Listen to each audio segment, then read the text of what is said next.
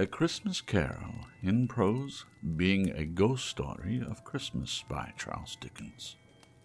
Preface.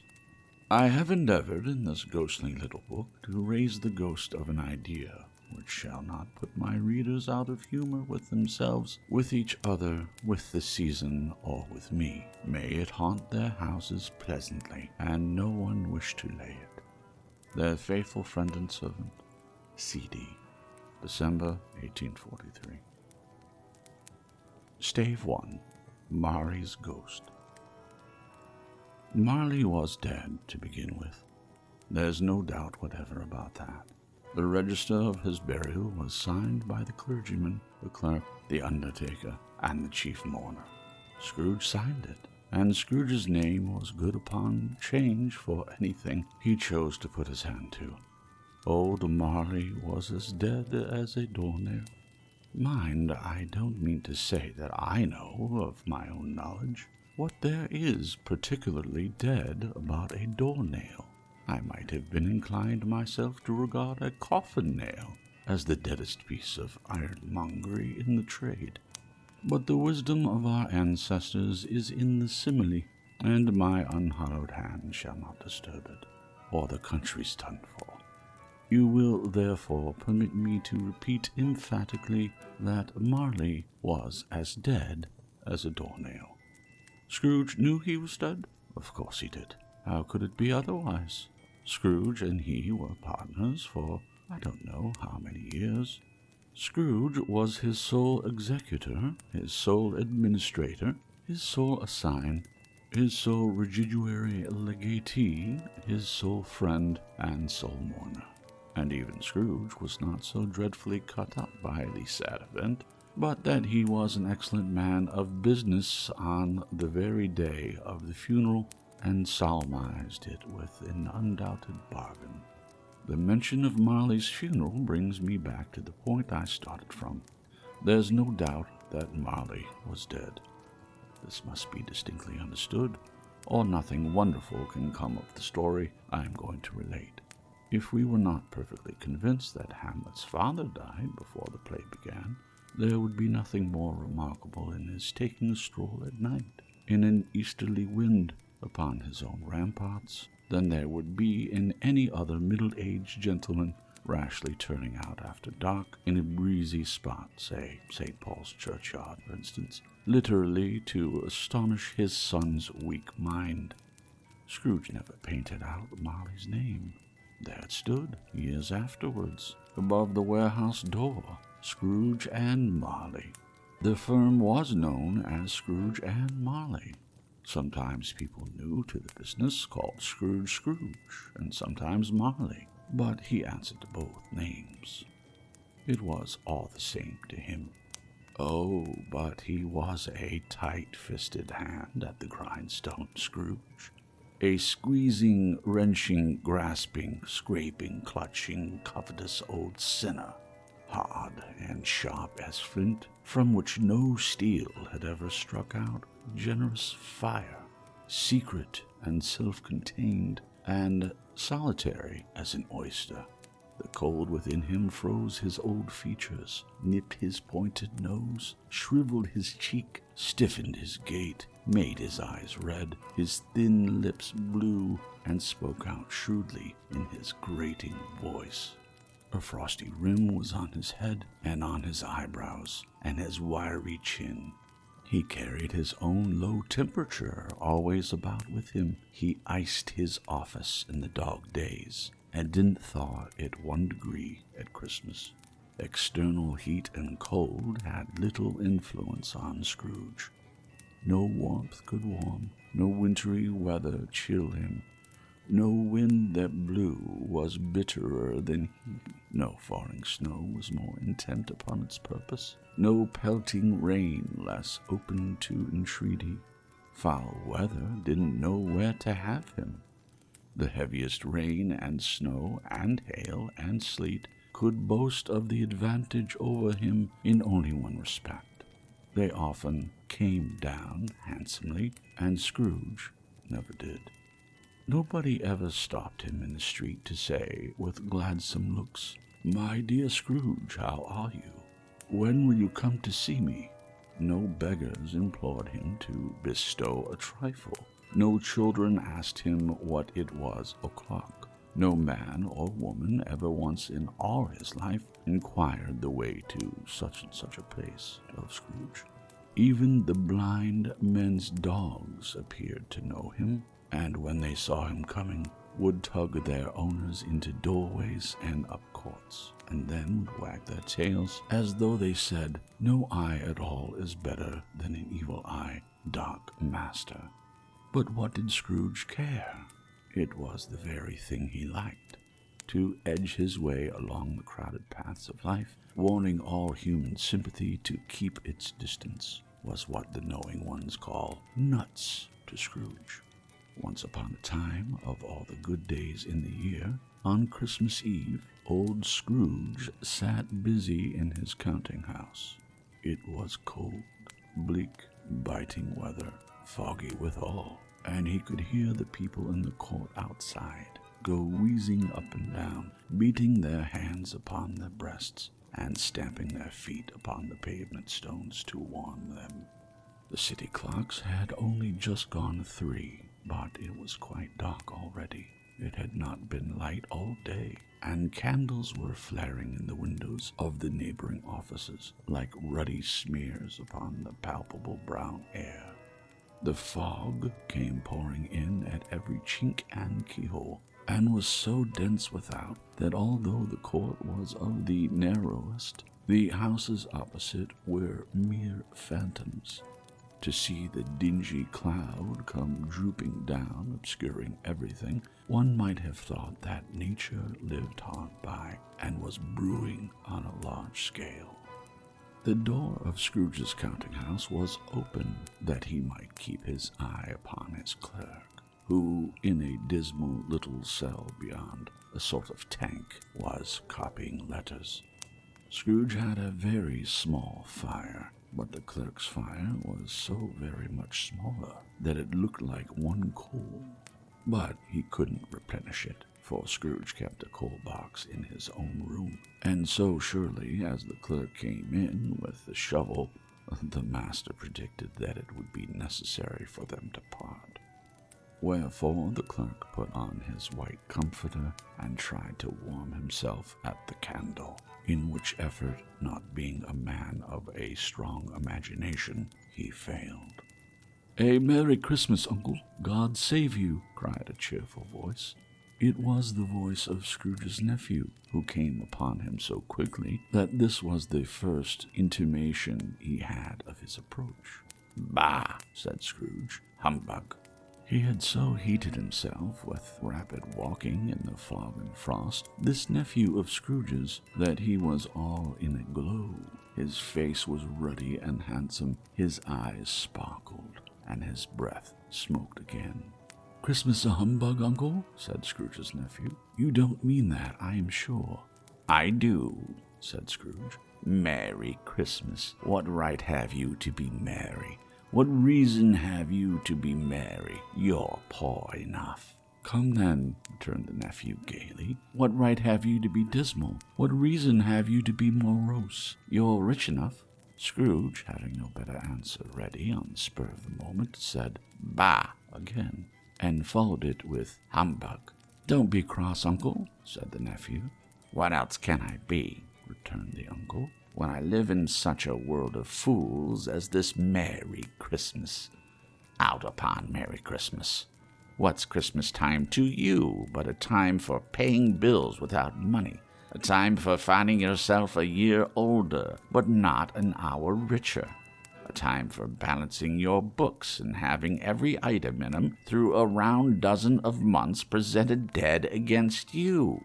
If I could work my will," said Scrooge indignantly, "every idiot who goes about with Merry Christmas on his lips should be boiled with his own pudding and buried with a stake of holly through his heart. He should—" "Uncle," pleaded the nephew. "Nephew," returned the uncle sternly, "keep Christmas in your own way, and let me keep it in mine."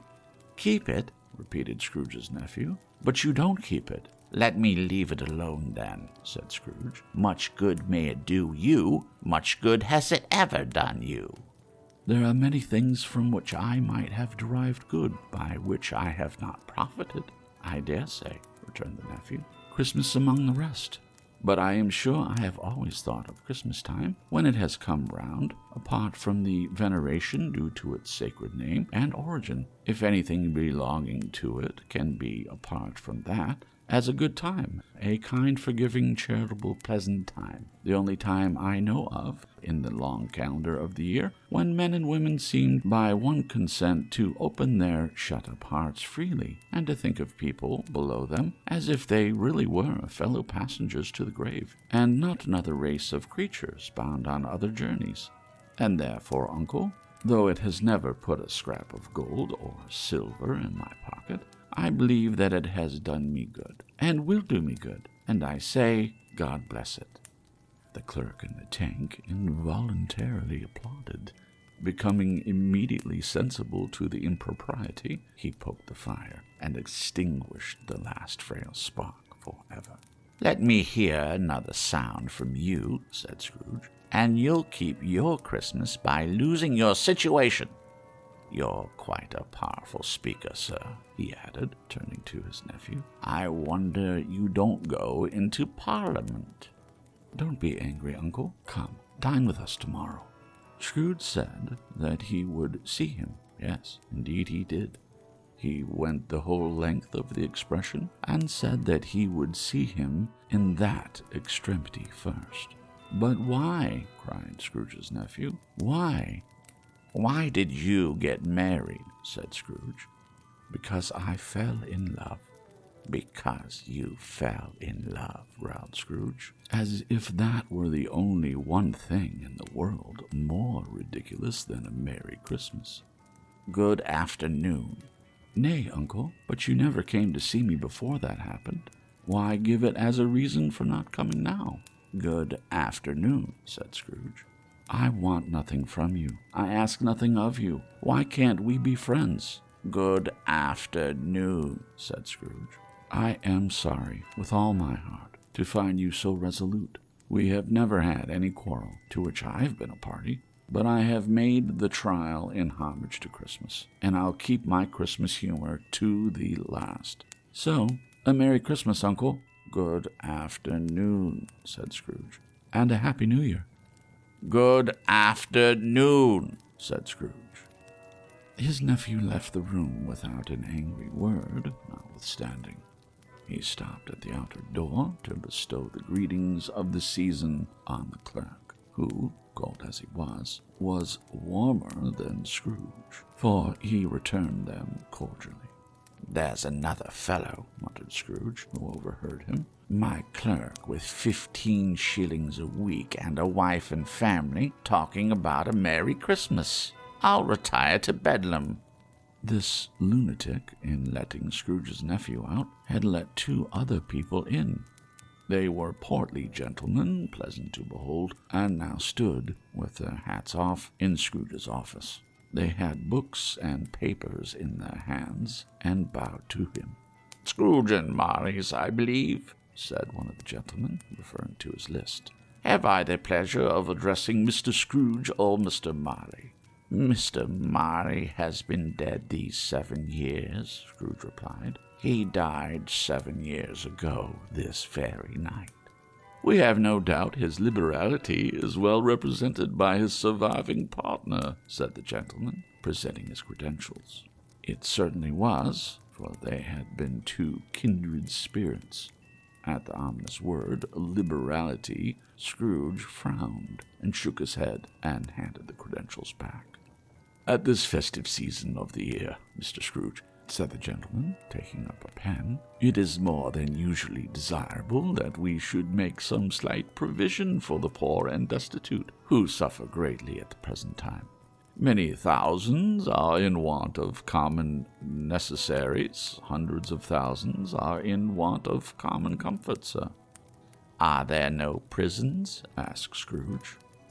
"Plenty of prisons," said the gentleman, laying down the pen again. And the union workhouses, demanded Scrooge, are they still in operation? They are still, returned the gentleman. I wish I could say they were not. The treadmill and the poor law are in full vigor, then? Said Scrooge.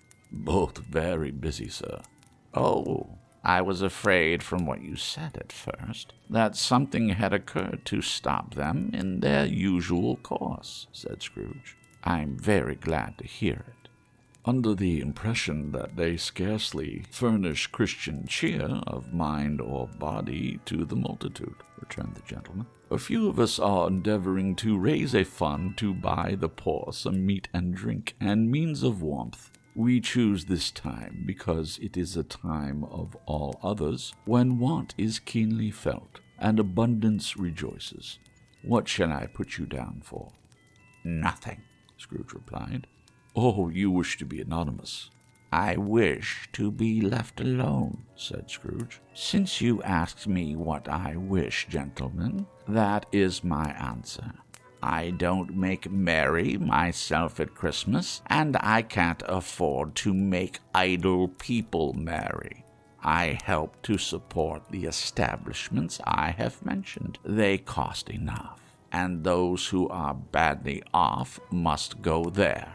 Many can't go there, and many would rather die. If they would rather die, said Scrooge, they had better do it, and decrease the surplus population. Besides, excuse me, I don't know that. But you might know it, observed the gentleman. It's not my business, Scrooge returned. It's enough for a man to understand his own business, and not to interfere with other people's. Mine occupies me constantly. Good afternoon, gentlemen. Seeing clearly that it would be useless to pursue their point, the gentleman withdrew.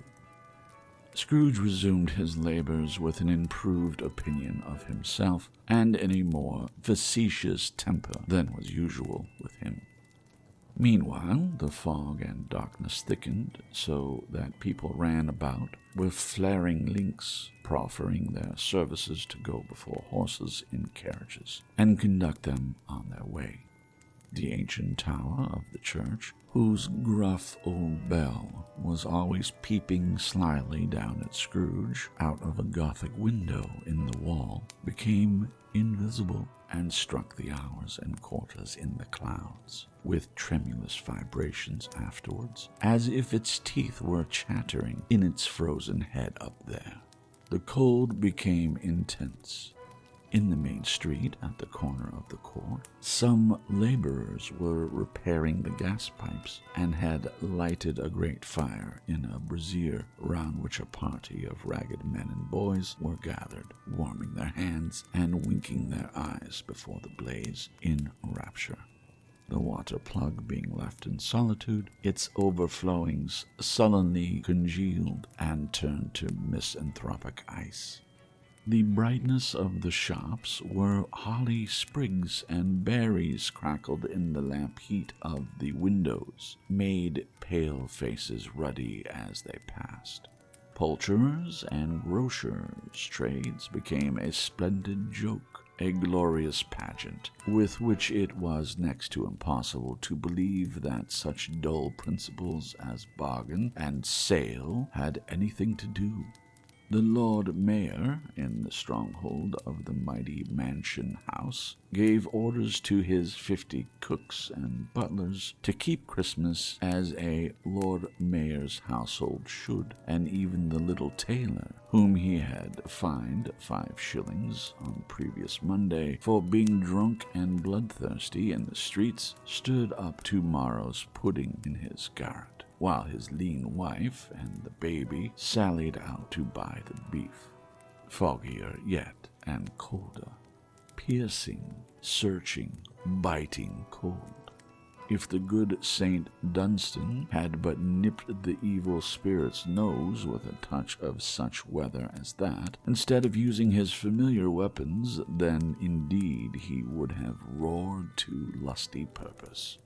the owner of one scant young nose, gnawed and mumbled by the hungry cold as bones are gnawed by dogs, stooped down at Scrooge's keyhole to regale him with a Christmas carol. But at the first sound of "God bless ye, merry gentlemen, may nothing you dismay," Scrooge seized the ruler with such energy of action that the singer fled in terror, leaving the keyhole to the fog and even more congenial frost. At length the hour of shutting up the counting-house arrived. With an ill will, Scrooge dismounted from his stool and tactily admitted the fact to the expectant clerk in the tank, who instantly snuffed his candle out and put on his hat. "You'll want all day tomorrow, I suppose," said Scrooge. "If it's quite convenient, sir." "It's not convenient," said Scrooge, "and it's not fair. If I was to stop half-a-crown for it, you'd think yourself ill-used, I'll be bound." The clerk smiled faintly. "And yet," said Scrooge, "you don't think me ill-used when I pay a day's wages for no work." The clerk observed that it was only once a year. "A poor excuse for picking a man's pocket every 25th of December," said Scrooge, buttoning his greatcoat to the chin. "But I suppose you must have the whole day. Be here all the earlier next morning." The clerk promised that he would, and Scrooge walked out with a growl. The office was closed in a twinkling, and the clerk, with the long ends of his white comforter dangling below his waist, for he boasted no great coat, went down a slide on Cornhill at the end of a lane of boys 20 times in honor of its being Christmas Eve, and then ran home to Camden Town as hard as he could pelt, to play at blind man's buff. Scrooge took his melancholy dinner in his usual melancholy tavern, and having read all the newspapers and beguiled the rest of the evening with his banker's book, went home to bed. He lived in chambers which had once belonged to his deceased partner.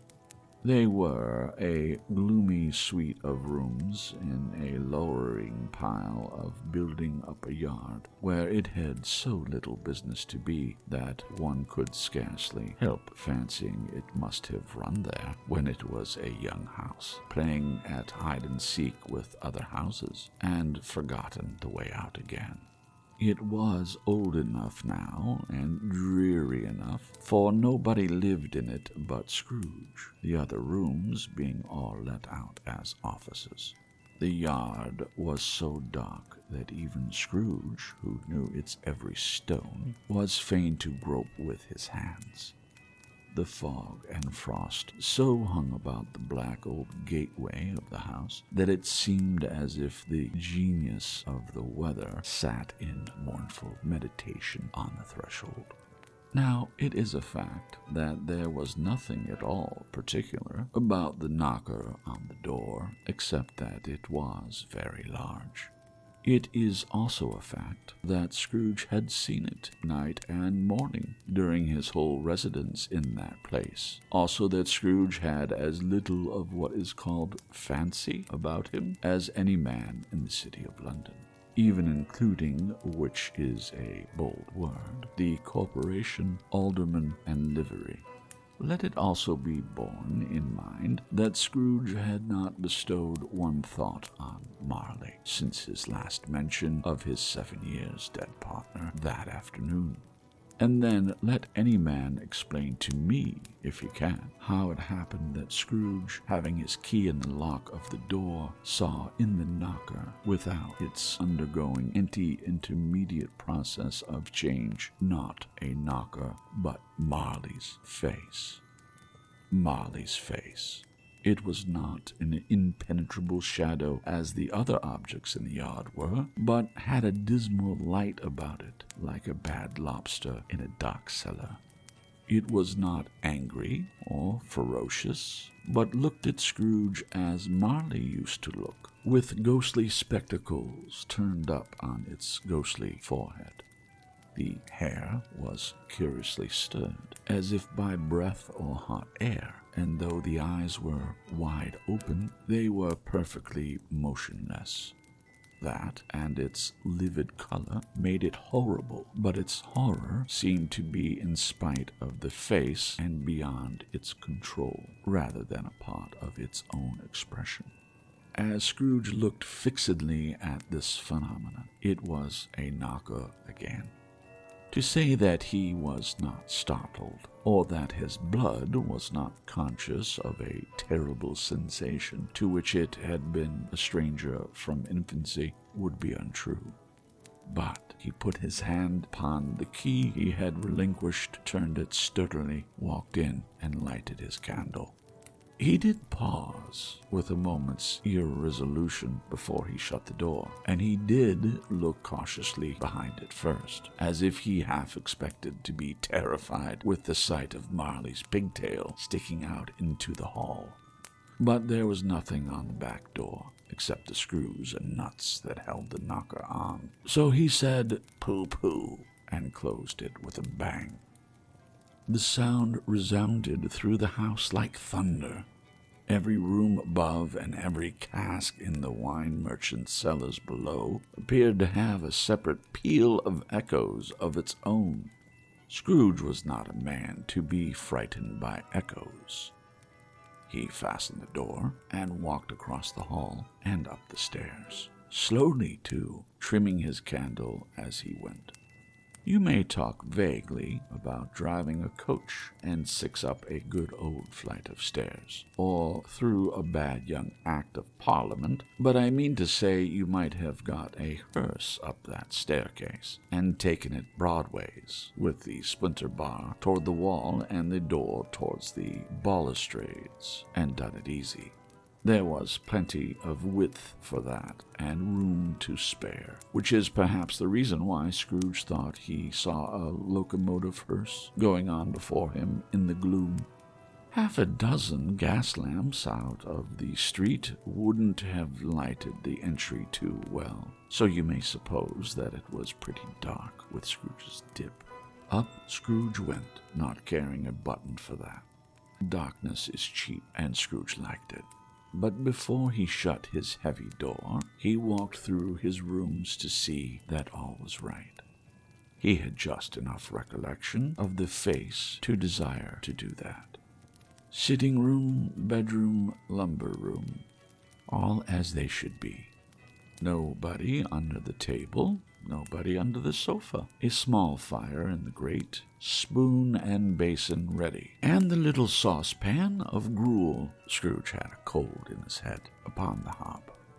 Nobody under the bed, nobody in the closet, nobody in his dressing gown, which was hanging up in a suspicious attitude against the wall.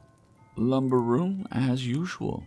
Old fire guard, old shoes, 2 fish baskets, washing stand on 3 legs, and a poker. Quite satisfied, he closed his door and locked himself in, double-locked himself in, which was not his custom. Thus secured against surprise, he took off his cravat, put on his dressing gown and slippers, and his nightcap, and sat down before the fire to take his gruel.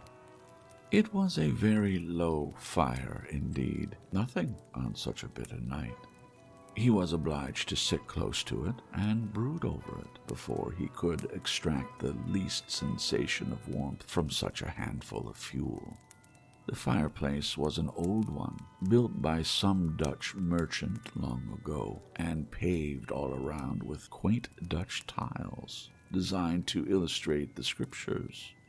There were Cains and Abels, Pharaoh's daughters, queens of Sheba, angelic messengers descending through the air on clouds like featherbeds, Abrahams, Belshazzars, apostles putting off to sea in butterboats, hundreds of figures to attract his thoughts. And yet that face of Marley, 7 years dead, came like the ancient prophet's rod and swallowed up the whole. If each smooth tile had been a blank at first, with power to shape some picture on its surface from the disjointed fragments of his thoughts, there would have been a copy of old Marley's head on every one. "Humbug," said Scrooge, and walked across the room. After several turns, he sat down again. As he threw his head back in the chair, his glance happened to rest upon a bell, a disused bell that hung in the room, and communicated, for some purpose now forgotten, with a chamber in the highest story of the building. It was with great astonishment, and with a strange inexplicable dread, that as he looked, he saw this bell begin to swing. It swung so softly in the outset that it scarcely made a sound, but soon it rang out loudly, and so did every bell in the house. This might have lasted half a minute, or a minute, but it seemed an hour. The bells ceased as they had begun together. They were succeeded by a clanking noise deep down below, as if some person were dragging a heavy chain over the casks in the wine merchant's cellar. Scrooge then remembered to have heard that ghosts in haunted houses were described as dragging chains. The cellar door flew open with a booming sound, and then he heard the noise much louder on the floors below, then coming up the stairs, then coming straight towards his door. "It's a humbug still," said Scrooge. "I won't believe it." His color changed, though, when, without a pause, it came on through the heavy door and passed into the room before his eyes. Upon its coming in, the dying flame leaped up, as though it cried, "I know him, Marley's ghost," and fell again. The same face, the very same. Marley in his pigtail, usual waistcoat, tights, and boots, the tassels on the latter bristling like his pigtail and his coat skirts, and the hair upon his head. The chain he drew was clasped about his middle. It was long and wound about him like a tail, and it was made, for Scrooge observed it closely, of cash boxes, keys, padlocks, ledgers, deeds, and heavy purses wrought in steel. His body was transparent, so that Scrooge, observing him, and looking through his waistcoat, could see the 2 buttons on his coat behind. Scrooge had often heard it said that Marley had no bowels, but he had never believed it until now. No, nor did he believe it even now. Though he looked the phantom through and through, and saw it standing before him, though he felt the chilling influence of its death-cold eyes, and marked the very texture of the folded kerchief bound about its head and chin, which wrapper he had not observed before, he was still incredulous, and fought against his senses. "How now?" said Scrooge, caustic and cold as ever. "What do you want with me?" "Much." Marley's voice, no doubt about it. "Who are you?" "Ask me who I was." "Who were you, then?" said Scrooge, raising his voice. "You're particular for a shade." He was going to say "to a shade," but substituted this as more appropriate. "In life, I was your partner, Jacob Marley." Can you sit down?" asked Scrooge, looking doubtfully at him. "I can." "Do it, then." Scrooge asked the question because he didn't know whether a ghost so transparent might find himself in a condition to take a chair, and felt that in the event of its being impossible, it might involve the necessity of an embarrassing explanation. But the ghost sat down on the opposite side of the fireplace, as if he were quite used to it. "You don't believe observed the ghost. "I don't," said Scrooge. "What evidence would you have of my reality beyond that of your senses?" "I don't know," said Scrooge. "Why do you doubt your senses?" "Because," said Scrooge, "a little thing affects them. A slight disorder of the stomach makes them cheats. You may be an undigested bit of beef, a blot of mustard, a crumb of cheese, a fragment of an underdone potato. There's more of gravy than grave about you, whatever you are." Scrooge was not so much in the habit of cracking jokes, nor did he feel in his heart by any means waggish then.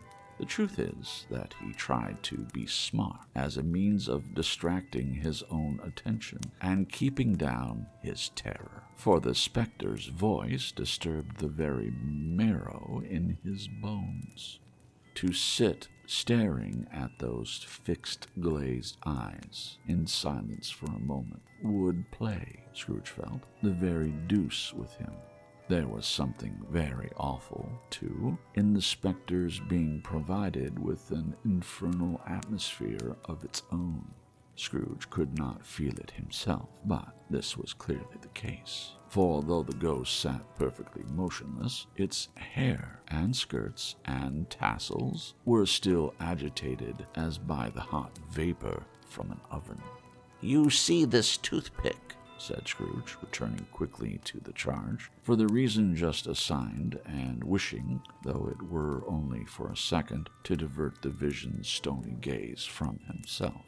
"I do," replied the ghost. "You're not looking at it," said Scrooge. "But I see it," said the ghost, "notwithstanding." "Well," returned Scrooge, "I have but to swallow this, and be for the rest of my days persecuted by a legion of goblins, all of my own creation. Humbug, I tell you, humbug."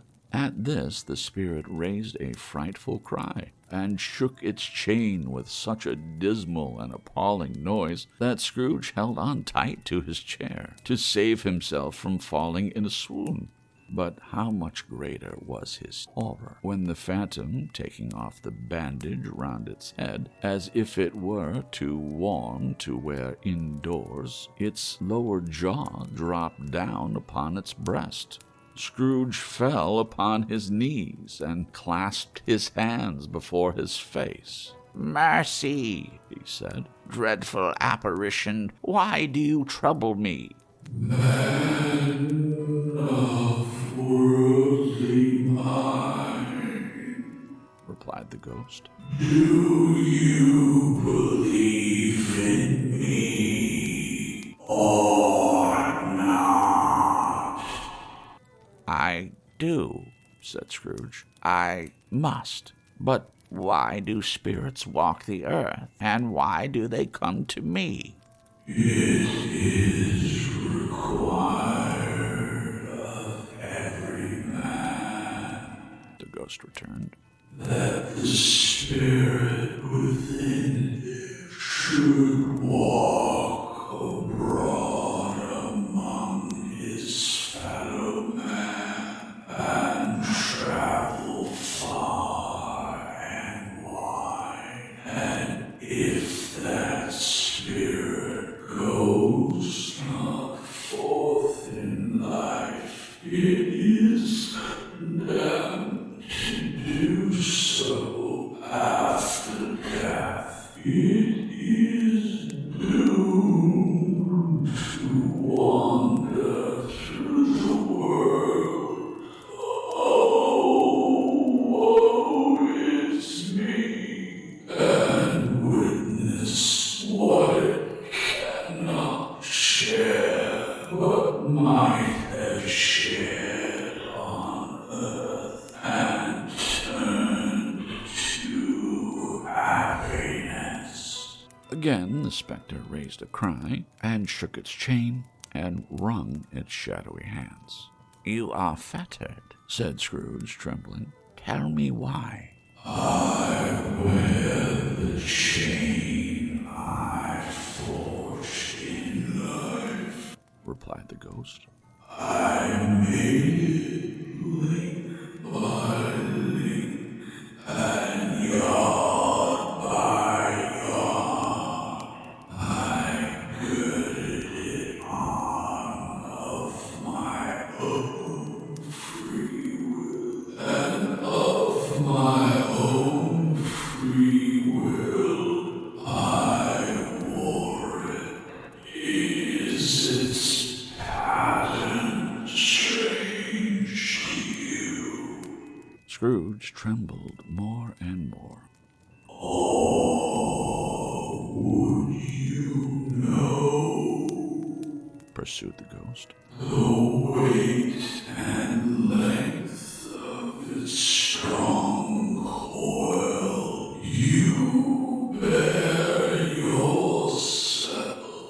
It was full, as heavy, and as long as this. 7 Christmas Eves ago, you have labored on it since. It is a ponderous chain."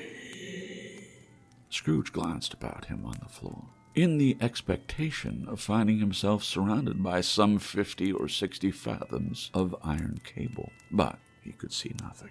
"Jacob," he said imploringly. "Oh, Jacob Marley, tell me more. Speak comfort to me, Jacob."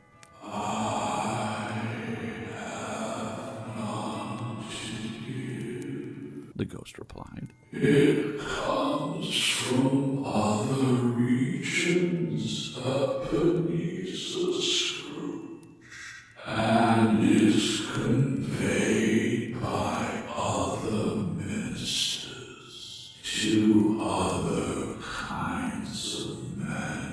Nor can I tell you what I would.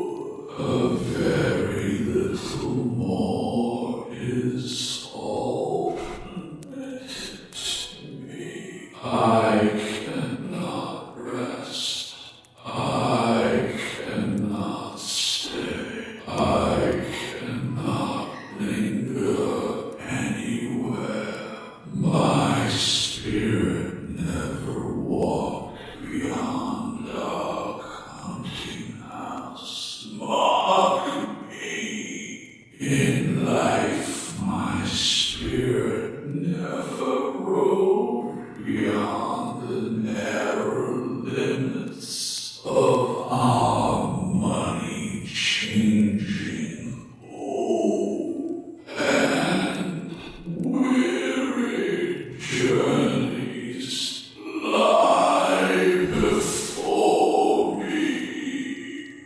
It was a habit with Scrooge, whenever he became thoughtful, to put his hands in his breeches pockets.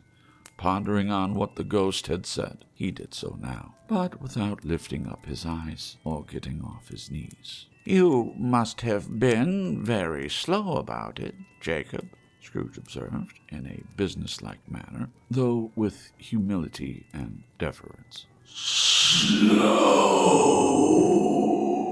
the ghost repeated. 7 years dead," mused Scrooge, "and traveling all the time." "The whole time. said the ghost.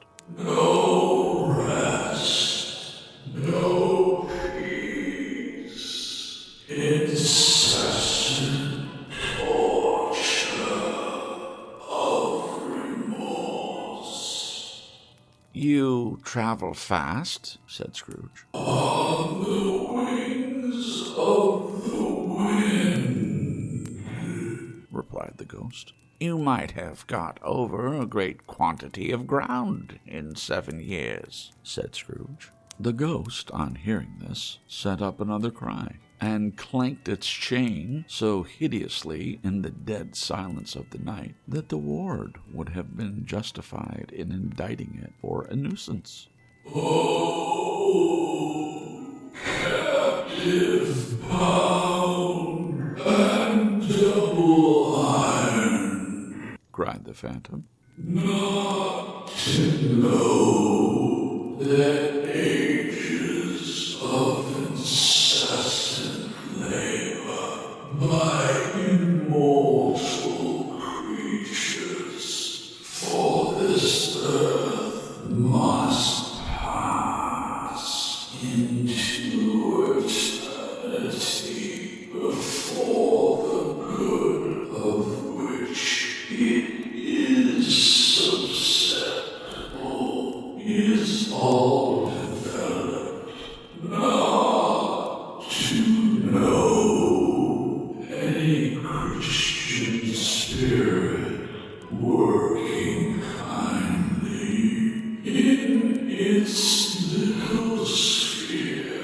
whatever it may be, will find its mortal life too short for its vast means of usefulness, not to know that no space of regret can make amends for one's life's opportunity misused. Yet such was I. Oh, such was I. But you were always a good man of business, Jacob, faltered Scrooge, who now began to apply this to himself.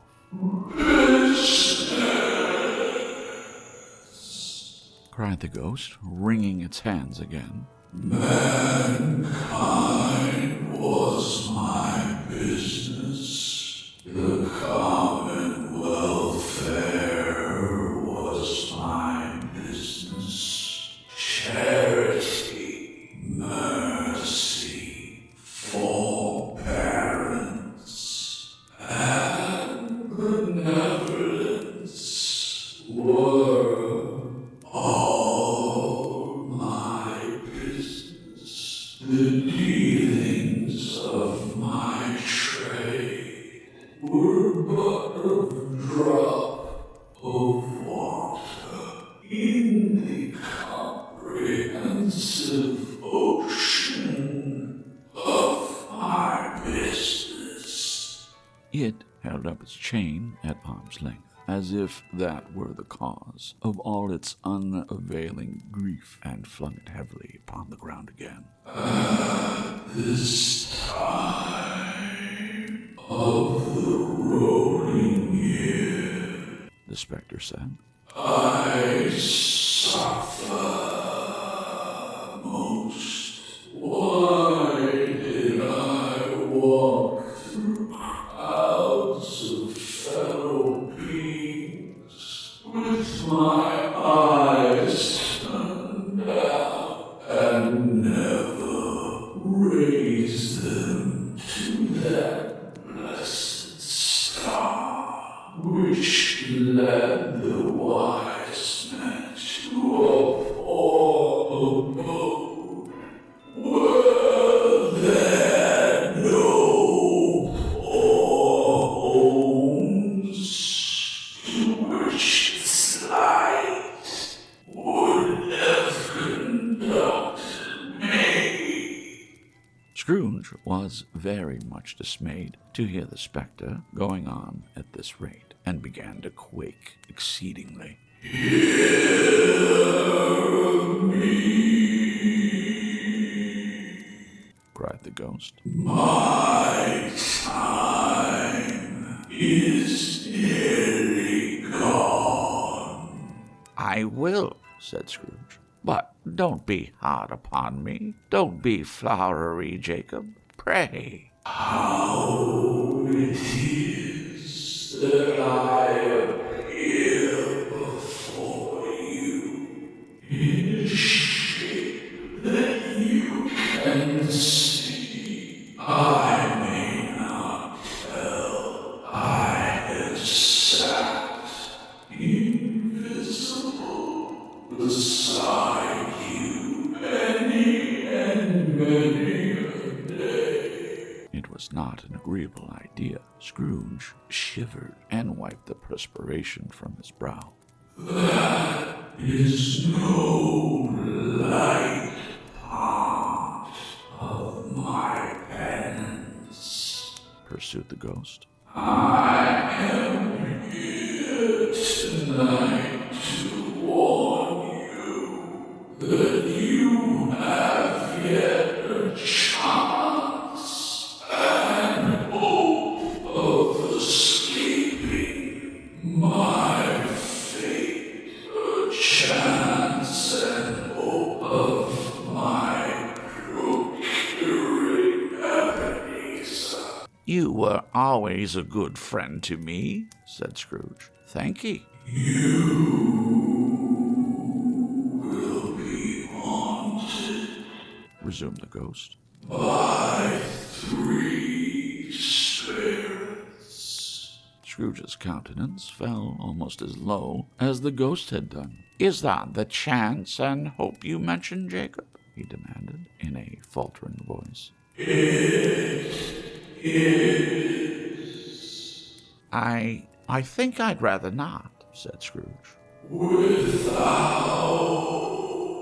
their visits, said the ghost. you cannot hope to shun the path I tread.